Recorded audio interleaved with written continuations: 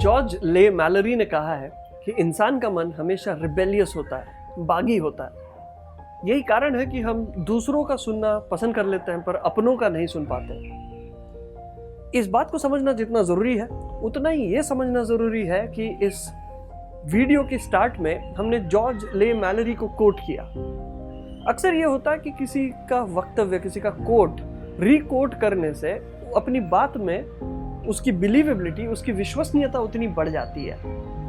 यही कारण है कि हम अपनी बात में वजन डालने के लिए कई बार कहते हैं कि मेरे दादाजी कहा करते थे, मेरे गुरुजी ने कहा है, या किसी एक महान इंसान ने कहा है। जब आप थर्ड पर्सन कॉन्टेक्स्ट में बात करते हैं तब आपकी बात को ट्रस्ट करने का कारण और बढ़ जाता है। अगेन यही रीज़न है कि हमारे अधिकतर धार्मिक ग्रंथ भी किसी दो लोगों के संवाद के रूप में लिखे जाते हैं।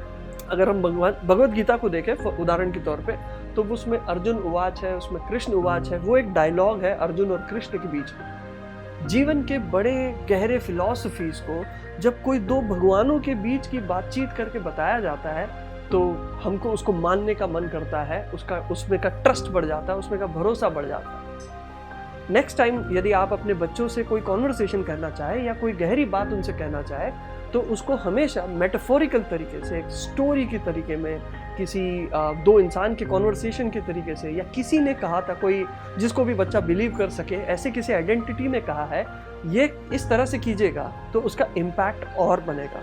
और मेरे ख्याल से impact is much more important than who said it. Do you agree?